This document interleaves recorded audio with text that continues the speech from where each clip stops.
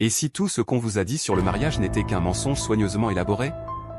Une cage dorée, conçue non pas pour l'amour, mais pour dépouiller les hommes de leur pouvoir, de leur richesse et de leur liberté. Chaque idéal romantique, chaque vœu sentimental, une arme soigneusement déployée contre votre esprit masculin? Nietzsche l'avait prévu il y a plus d'un siècle, déclarant « Le philosophe marié appartient à la comédie ».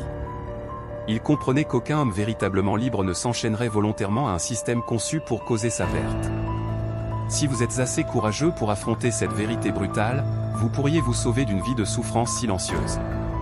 Brisons cette illusion avec une histoire qui fait l'écho à d'innombrables vies. Robert, un ingénieur brillant, avec un salaire à 6 chiffres, a épousé sa petite amie de fac. Pendant 7 ans, il a été le mari modèle, le pourvoyeur, le protecteur, le « gentil garçon » qui n'élevait jamais la voix. Puis, à l'occasion de leur 7e anniversaire de mariage, elle a demandé le divorce. Le tribunal, avec une précision chirurgicale, a découpé sa vie, sa maison, ses économies et, pire encore, ses enfants. Il ne lui restait plus qu'une pension alimentaire écrasante et des visites supervisées un week-end sur 2. Robert n'est pas une exception, il est la règle dévastatrice. Nietzsche avertissait que le mariage moderne était une cage, où les hommes échangeaient leur liberté contre l'illusion de la sécurité. Vous n'êtes pas encore libre, écrivait-il. Vous recherchez toujours la liberté. Vous devez d'abord être brûlé par votre propre flamme. Le mariage, dans sa forme actuelle, brûle les hommes vivants. Les statistiques sont effrayantes. Plus de 70% des divorces sont initiés par les femmes, prenant souvent au dépourvu les hommes qui pensent que tout va bien. Le « syndrome de la femme qui s'en va » n'est pas un mythe, c'est une stratégie de sortie calculée. Des études confirment que les femmes sont beaucoup plus susceptibles de divorcer si elles sont malheureuses, tandis que les hommes tolèrent le malheur pendant des années par sens du devoir déformé. Et le coût? Les hommes perdent en moyenne 50% de leur patrimoine net, beaucoup perdent en tout. Mais la ruine financière n'est qu'un début. La castration émotionnelle est encore plus profonde. À quand remonte la dernière fois où la culture populaire a montré un homme marié qui n'était pas un idiot maladroit, un loser dominé par sa femme ou un cocu? De Homer Simpson au sitcom moderne, le mariage est présenté comme la capitulation d'un homme devant la médiocrité. Nietzsche appelait cela la « morale des esclaves », un système dans lequel les hommes forts sont culpabilisés pour servir une société qui les méprise. L'histoire révèle cette tendance effrayante. De l'autorité absolue du pater familia romain à la prison sentimentale de l'époque victorienne, les hommes sont passés du statut de guerrier à celui de « portefeuilles ambulants », réprimant leurs instincts au profit d'une « société civilisée ». Aujourd'hui, le système juridique traite les maris comme des sources de revenus jetables. Voici la pilule la plus difficile à avaler, l'amour, tel qu'on vous le vend, est un mensonge. La montée de dopamine des débuts d'une relation amoureuse s'estompe, mais le contrat légal reste en vigueur. Et lorsqu'elle tombe amoureuse, l'État se range de son côté. Harvard a constaté que les tribunaux de divorce favorisent les femmes dans plus de 80% des cas, même lorsqu'elle est l'agresseur. Les hommes sont présumés coupables jusqu'à preuve du contraire. Mais il y a de l'espoir. Une fois que vous avez compris le piège, vous pouvez l'éviter. Les hommes qui réussissent aujourd'hui rejettent ce scénario. Ils bâtissent des empires, ils ne signent pas de certificat de mariage. Ils comprennent la vérité ultime de Nietzsche, l'homme supérieur et libre du troupeau. Il fut un temps où le mariage était un trône, et non un piège.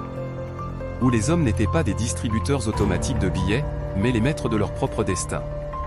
Les anciens Spartiates l'avaient bien compris. Un Spartiate inspirait la loyauté. Sa femme ne divorçait pas sur un coup de tête, elle le respectait, le craignait et le suivait parce qu'il était un guerrier, un conquérant, un homme qui préférait mourir plutôt que d'être faible. Comparez cela à aujourd'hui, où un homme peut perdre ses enfants pour avoir manqué un seul versement de pension alimentaire. Que s'est-il passé? Un projet d'ingénierie sociale calculé, le démantèlement systématique de l'autorité masculine. De l'Europe médiévale, où la maison d'un homme était son château, à l'empoisonnement lent de la domination masculine par les Lumières, le piège était tendu. Rousseau a romancé la vertu féminine, dépeignant les hommes comme des brutes et les femmes comme des anges délicats. Au XIXe siècle, la reine Victoria a donné naissance au mythe du « gentleman », un homme qui réprimait ses instincts et vénérait la pureté féminine. Le mariage n'était plus une question de devoir ou d'héritage, mais de sentimentalisme. Et le sentimentalisme, mes amis, est une arme. Nietzsche l'avait compris, tout chez la femme est une énigme. Et tout chez la femme n'a qu'une seule solution, la grossesse. Mais la société moderne a effacé même cette vérité biologique. Les femmes n'étaient plus des épouses et des mères, elles étaient des individus dotés de droits, des droits qui allaient bientôt éclipser complètement ceux des hommes. Le XXe siècle a porté le coup fatal, le divorce sans faute. En 1969, la Californie a autorisé les femmes à divorcer sans avoir à prouver la faute de leur mari. Pas d'adultère, pas de violence, juste des différences irréconciliables. En l'espace d'une décennie, le taux de divorce a explosé. Les hommes qui avaient fondé une famille en toute bonne foi se sont retrouvés confrontés à des poursuites judiciaires, à la saisie de leurs biens et à des enfants qui se sont retournés contre eux. Le système n'exigeait plus des femmes qu'elles respectent leurs vœux, mais uniquement des hommes. Et si un homme osait se défendre, les tribunaux l'écrasaient. Prenons l'exemple de Thomas, un pompier du Texas. Après 12 ans, sa femme l'a quitté pour un homme plus jeune. Elle a obtenu la maison, les enfants et 30% de sa pension à vie. Lorsque Thomas a supplié pour obtenir la garde partagée, il a été qualifié d'agressif et sa demande a été rejetée. Son ex-femme a déménagé à l'autre bout de l'État avec ses enfants, et il était impuissant. Ce n'est pas de la justice, c'est de la gynécratie.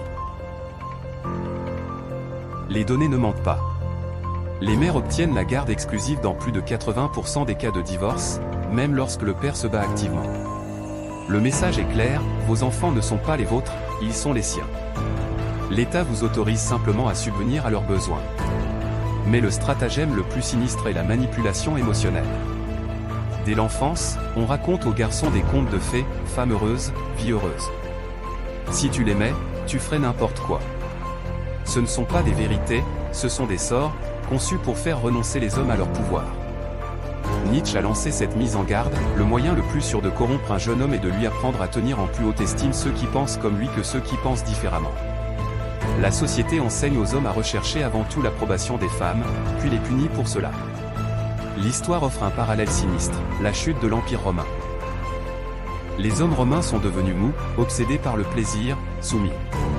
Cela vous semble familier ? Les hommes d'aujourd'hui, élevés au porno, aux jeux vidéo et aux mensonges selon lequel le mariage est le summum de la masculinité, ne sont pas différents.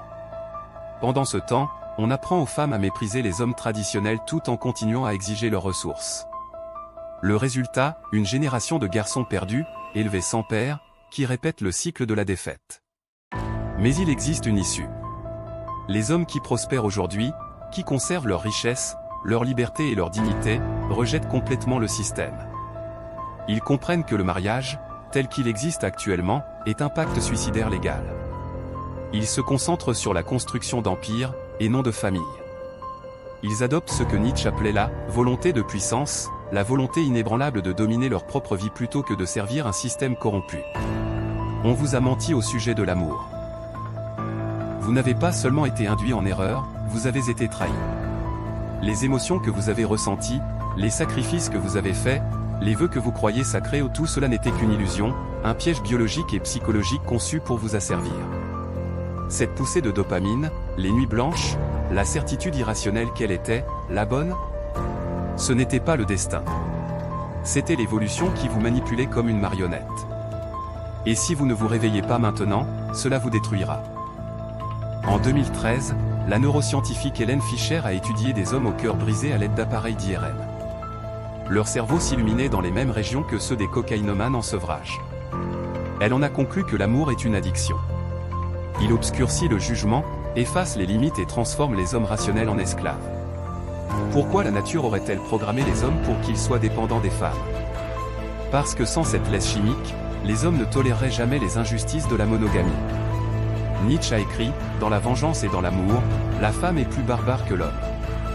Il comprenait que l'amour n'est pas un lien doux, mais un champ de bataille où les femmes ont l'avantage. Biologiquement, les femmes sont celles qui choisissent, les hommes rivalisent, les femmes choisissent. C'est la loi des reins de la nature, obscurcie par la propagande romantique. Les hommes, comme tous les mâles, se battent, se mettent en valeur et meurent pour avoir la chance de s'accoupler. Le résultat, un système où les hommes travaillent sous l'illusion que l'amour est réciproque, alors qu'en réalité, il est transactionnel. L'histoire le confirme. L'ancienne pratique de la dot, selon laquelle la famille d'une femme payait un homme pour l'épouser, révèle que le mariage était autrefois un fardeau pour les hommes, nécessitant une compensation. Aujourd'hui, le scénario s'est inversé. Ce sont les hommes qui paient en argent, en liberté, en autonomie et en avenir. L'essor du mariage romantique au XVIIIe siècle n'était pas un progrès, mais une arnaque visant à piéger les hommes pour qu'ils acceptent un jeu truqué. Les données montrent que les hommes tombent amoureux plus rapidement et plus profondément que les femmes. Les femmes sont beaucoup plus susceptibles de se désamourer en premier. Ce n'est pas un hasard, c'est une stratégie. Les femmes sont programmées pour rechercher le meilleur partenaire, même si cela signifie abandonner celui qu'elles ont actuellement. Les hommes sont programmés pour s'accrocher, espérer et pardonner. Dans la nature, un mâle qui s'en va ne risque pas de laisser de descendance. Une femelle qui reste avec un partenaire faible risque sa survie. Appliquez cela aux relations modernes. Un homme rencontre une femme, tombe amoureux, s'engage, subvient à ses besoins, se sacrifie. Elle profite de cette sécurité jusqu'à ce que quelque chose de mieux se présente. Puis elle le quitte. L'homme est brisé, non pas parce qu'il est faible, mais parce que sa biologie l'a trahi. Il a été conçu pour créer des liens, elle a été conçue pour optimiser. Voici la sombre vérité, les âmes sœurs n'existent pas. L'amour est une arme chimique, et les hommes en sont les principales victimes. Même le langage de la romance, femme heureuse, vie heureuse, si tu l'aimes, laisse-la partir, sont des formules magiques conçues pour maintenir les hommes dans le droit chemin. L'irrationalité d'une chose, disait Nietzsche, n'est pas un argument contre son existence, mais plutôt une condition de celle-ci. L'amour est irrationnel par nature, car la raison rendrait les hommes libres. Mais la plus grande supercherie est l'illusion de la loyauté féminine. On enseigne aux hommes qu'une femme vertueuse restera à leur côté. La réalité est différente. Une étude réalisée en 2015 a révélé que les femmes sont 6 fois plus susceptibles de divorcer d'un homme gravement malade que l'inverse. Si un homme a un cancer, sa femme le quitte. Si une femme a un cancer, son mari reste. Ce n'est pas une anecdote, c'est une statistique. La loyauté féminine est un mythe vendu aux hommes pour les maintenir dans la soumission. La solution ? Le détachement. Pas l'amertume, pas la haine, mais une lucidité froide et rationnelle. Les hommes qui réussissent aujourd'hui voient l'amour tel qu'il est, une réaction chimique éphémère, et non un lien divin. Ils apprécient les femmes, mais ne les vénèrent pas. Ils bâtissent des empires plutôt que des piédestaux. Ils comprennent l'avertissement ultime de Nietzsche. L'homme de savoir doit être capable non seulement d'aimer ses ennemis, mais aussi de haïr ses amis. Que se passe-t-il après que l'illusion s'est brisée? Si l'amour est un mensonge, que reste-t-il aux hommes?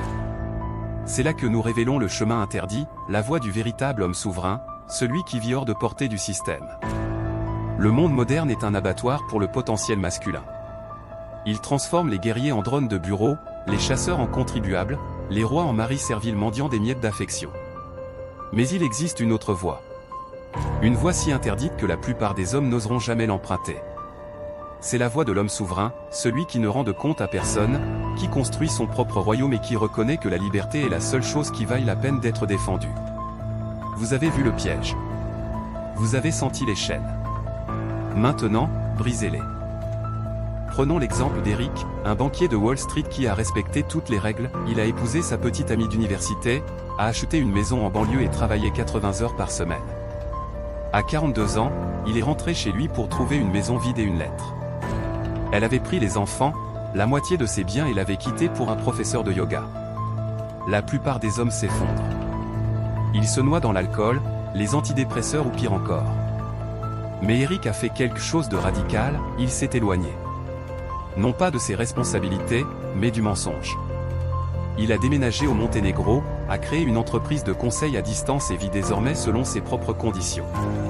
Pas de pension alimentaire, pas de bataille pour la garde des enfants, pas besoin de supplier pour obtenir quelques moments avec ses propres enfants.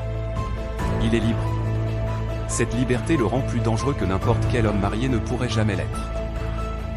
C'est ce que Nietzsche voulait dire, l'individu a toujours dû lutter pour ne pas être submergé par la tribu. Si vous essayez, vous serez souvent seul et parfois effrayé. Mais aucun prix n'est trop élevé pour payer le privilège de vous appartenir à vous-même. L'homme souverain comprend que le véritable pouvoir ne réside pas dans le contrôle des autres, mais dans le fait d'être totalement incontrôlable. Il ne rejette pas les femmes, il les voit pour ce qu'elles sont, de belles distractions, mais jamais des destinations. L'histoire murmure cette vérité, les stoïciens romains, comme Marc Aurèle, ont écrit « Vous avez le pouvoir sur votre esprit, pas sur les événements extérieurs. Réalisez cela et vous trouverez la force. » Le samouraï Miyamoto Musashi a vécu et est mort invaincu, célibataire, sans jamais s'agenouiller. Ces hommes n'étaient pas seuls, ils étaient libérés. Alors que d'autres imploraient l'amour, ils se maîtrisaient eux-mêmes. Alors que d'autres fondaient des familles, ils construisaient des héritages qui ont survécu aux civilisations. Les données confirment ce que les anciens avaient compris. Une étude réalisée en 2021 a révélé quelque chose d'étonnant, les hommes célibataires et sans enfants sont les plus heureux de la société moderne. Pas les femmes, pas les hommes mariés, mais les hommes qui ont dit non au scénario habituel. Le Bureau national de recherche économique a constaté que le mariage diminue le bonheur des hommes de 14% tout en augmentant celui des femmes de 10%. Les chiffres ne mentent pas, le mariage est un transfert de bonheur des hommes vers les femmes, un vol déguisé en tradition. Mais l'homme souverain va plus loin que la simple évitement. Il construit, il crée, il devient quelque chose que le système ne peut pas toucher. Regardez les grands perturbateurs, Tesla, Beethoven, Da Vinci, Nietzsche lui-même. Aucun d'entre eux n'était un père de famille. C'étaient des obsessionnels, des monstres de volonté qui ont troqué le confort domestique contre l'immortalité. L'équivalent moderne, les milliardaires de la technologie qui évitent le mariage, les artistes qui refusent de s'installer, les philosophes qui regardent sans scier dans l'abîme. Ces hommes ne se contentent pas de rejeter le système, ils le rendent inutile. Le chemin n'est pas facile. Il y aura de la solitude, des moments où le monde semblera conçu pour les couples, où chaque publicité, chaque film, chaque vacances se moqueront de votre choix. C'est l'épreuve finale. La plupart des hommes échouent à ce stade. Ils retournent vers les applications de rencontres, vers les compromis, vers un lent suicide émotionnel. L'homme souverain reste ferme. Il comprend ce que les masses ne comprendront jamais, que la véritable connexion vient de la force, et non du besoin. Que les femmes, comme tout le monde, sont attirées par le pouvoir, non pas le pouvoir de contrôler les autres, mais le pouvoir d'être totalement autonome. Votre mission, si vous décidez de l'accepter, est simple mais brutale. 1. Construisez un corps qui inspire le respect. 2. Accumulez une richesse qui ne peut être confisquée. 3. Cultivez un esprit suffisamment vif pour percer les illusions. 4. Embrassez la solitude jusqu'à ce que vous deveniez quelqu'un qui mérite d'être suivi. C'est l'essence même du Übermensch de Nietzsche, non pas un idéal caricatural, mais l'homme qui transcende la moralité mesquine du troupeau. Le système vous détestera pour cela. Il vous traitera d'égoïste, d'immature, de peur de l'engagement. Laissez-le faire. Le même système qui loue les mères célibataires vilipende les hommes célibataires. Pourquoi ? Parce qu'un homme qui ne peut être contrôlé est la plus grande peur de la société. Il ne consomme pas sans réfléchir. Il n'obéit pas sans poser de questions. Il est une carte imprévisible dans un monde fondé sur la prévisibilité. Il ne s'agit pas de détester les femmes, mais de s'aimer soi-même plus que n'importe quelle illusion. L'homme souverain apprécie les femmes, les apprécie, mais ne les vénère jamais. Il sait que sous le maquillage et le marketing, elles sont humaines, imparfaites, belles et tout aussi prisonnières du jeu de la biologie que les hommes. La différence, il refuse de jouer. Le dernier avertissement de Nietzsche résonne à travers les siècles, devenez qui vous êtes. Pas un mari, pas un pourvoyeur, pas un personnage dans l'histoire de quelqu'un d'autre. L'homme souverain écrit la sienne. La question n'est pas de savoir si vous en êtes capable. C'est de savoir si vous êtes assez courageux pour essayer. La porte de la cage est ouverte. Sortez.